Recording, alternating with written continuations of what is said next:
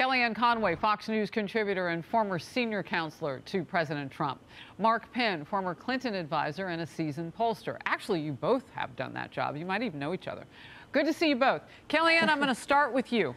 So the president is going to sit down today with Kevin McCarthy. He had said there's no way he would negotiate with Republicans over the debt limit. What happened? Well, what happened is he knows that Kevin McCarthy is the Speaker of the House. Republicans hold the gavel of all these committees. And also, if the Republicans are smart, Harris, they will reclaim the mantle as the party of fiscal responsibility and discipline. That's not been the case for quite a while now. And I think Joe Biden realizes that if he gets saddled with a government shutdown, his very low approval ratings could be even worse. His approval ratings really are in the mid-30s, low 40s in his best poll. But what I'm really watching in his recordings, in his polling, is his personal attributes. The NBC News poll released over this weekend showed very poor marks on physical and mental energy to do the job, on honesty and trustworthiness, on having a vision and a plan. He's a little bit higher on likability, but who really cares when we've got so many urgent issues right now? Also, I think for Kevin McCarthy to go over and talk to President Biden about the debt ceiling shows a seriousness of purpose among the Republicans. If I hear one more person say, we need to be unified like the Democrats, why? They've got unanimity. They all vote against inflation. They all vote for the Inflation Reduction Act. They all vote against Amy Coney Barrett. They all vote against Tax Cuts and Jobs Act. They've got unanimity. They all vote for Hakeem Jeffries 15 times in a row.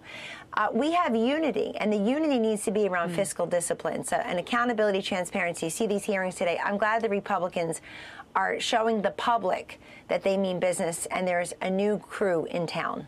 All right, I want to come to you, Mark, on this. Let's watch this together. Another bizarre moment for President Biden when a reporter pressed him yesterday, and this is kind of getting to Kellyanne's point in that NBC News poll about where people see his his acumen right now, his ability to keep up with things. This was yesterday, and the question was about ending the nation's COVID emergency. Here's what he said. What's behind the decision to end the COVID emergency, Mr. President? What's behind your decision to end the COVID emergency? Well, the emergency will end when the Supreme Court ends it. We've extended to May the 15th to make sure we get everything done. That's all. There's nothing behind it. So what happened there? Because Mark, it appears that the president got confused between Title 42 and COVID emergency, ending that, and the student debt situation that he's trying to bring about. Well, I don't know if he got confused, but he is right that there are two different definitions of the ending of COVID. One is about Title 42 and immigration, and is COVID over for immigration purposes, and then whether COVID is over for the purposes of a multitude of programs that have been established around the emergency. So whereas in the poll that I conducted, the Harris poll, most people do think that Joe Biden is too old to be president and don't think he should run again, and do have questions about his mental fitness. In this case, I do think that we're stretching it a little bit. He is accurate. The Supreme Court has to rule on Title 42. He's pushing for the end of COVID to be in, the middle of May. In fact, he already said last September that he thought it was over. So the Democrats here are going to have to account for another 6 months of spending, on COVID, even after their own president declared that it's over. So there are a lot of issues swirling here. I do think the president does know what's going on when it comes to this stuff, and that's not one of the best examples when there are many others where So when he references the so U.S. Supreme Court having to make that decision, Kellyanne, just real quickly, your reaction, we'll move on. Well, Kristen Welker from NBC News, obviously a very good reporter who's much smarter than Joe Biden, was asking about COVID. She didn't mention Title 42. She didn't mention the border in that case. So he totally conflated two major issues that he's failed tremendously on. And by the way, COVID has not appeared in anybody's polling beyond 1 or 2% for quite a while. The number of Americans who say it's a top issue is basically the number of New Hampshireites who say Kamala Harris is their choice in 2024. It's 1 or 2%. It's super low. But the all COVID all the time crowd knows that with that money comes power. And for Joe Biden to go on 60 Minutes quite a while ago, friends, and say the pandemic is over. He got a lot of liberal backlash, and people pointed out quite correctly it can imperil his student loan forgiveness program as well. And then in September, as Mark correctly points out, he said the pandemic is over. How in the world then are we expanding that power? There are also a lot of power-hungry, drunk on power Democrat governors who still have that public health emergency and executive powers in place. So we're not even talking about what's going on in some of the states. Yeah, that's Harris an interesting and Mark, point. The other thing that's important.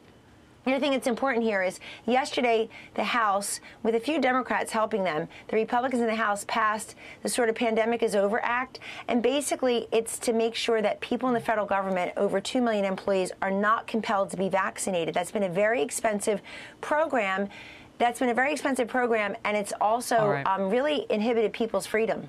I want to get to this real quickly, and Kellyanne, thank you for that. You guys got to go back and forth. This is happening right now, so we've been watching this for a couple of hours. FBI agents are searching the president's beach home in Rehoboth, Delaware. It's part of an investigation into those classified document discoveries at multiple locations. I do want to point out, this is the home that he went to a couple of weeks ago when surreptitiously they were searching for a second time his other house that he'd been staying in Wilmington. They'd already done it once. They went back for more. This is where he went. The president's personal attorney says, quote, "The search today is a further step and a thorough and timely DOJ process we will continue to fully support and facilitate." Sources telling Fox News that FBI agents searched the Penn Biden Center offices in mid-November after Biden's personal attorneys discovered classified documents, some of which were top secret, you'll recall. That was on November 2nd. It's all raising new and major questions about transparency with this White House. Mark, I'm going to come to you real quickly on this. This is a drip of epic proportions now. And when you're explaining, you're not winning.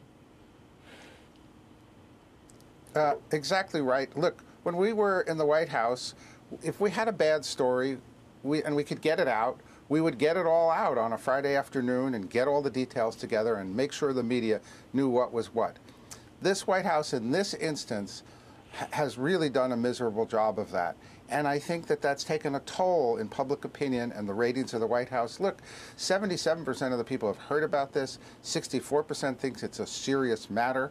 You know, the more they delay in what were the documents and why were they there, more questions arise that maybe they are connected to Hunter Biden. And that would be fatal if that really is the case. So the White House should get it out.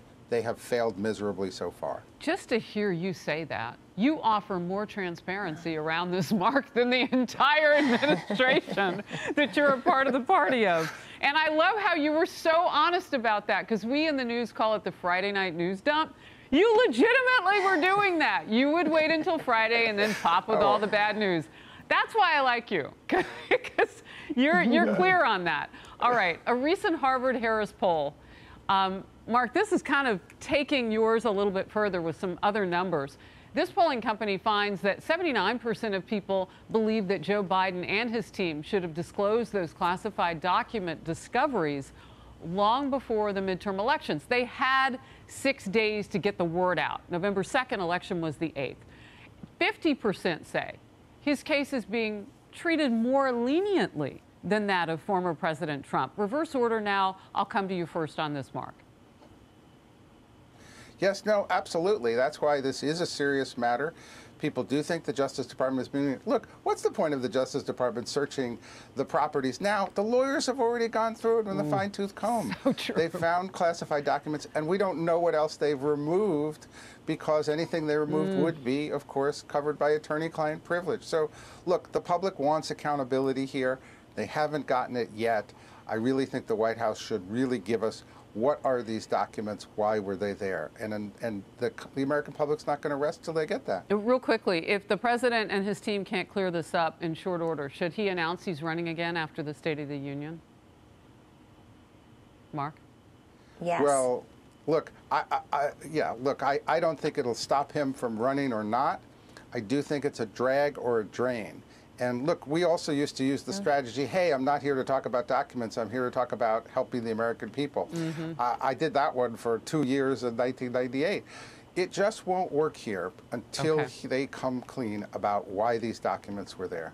A quick from you, Kellyanne, and we'll go. I think the biggest problem for Joe Biden right now is in the polling and in his own party. An increasing number of Democrats are disturbed by the classified documents scandalabra that is emerging. And you see that in all the polling. You also see, I don't know that we have to compare it to the Trump treatment so much as let's take some time now to investigate the Bidens and examine this the way Trump was from August to now, 6 months of that. With his documents. Great to see you, Kellyanne Conway, and Mark Penn on this scandalabra should be on a bumper sticker. Thank you very much, both of you. I'm Steve Doocy. I'm Brian Kilmeade. And I'm Ainsley Earhart. And click here to subscribe to the Fox News YouTube page to catch our hottest interviews and most compelling analysis.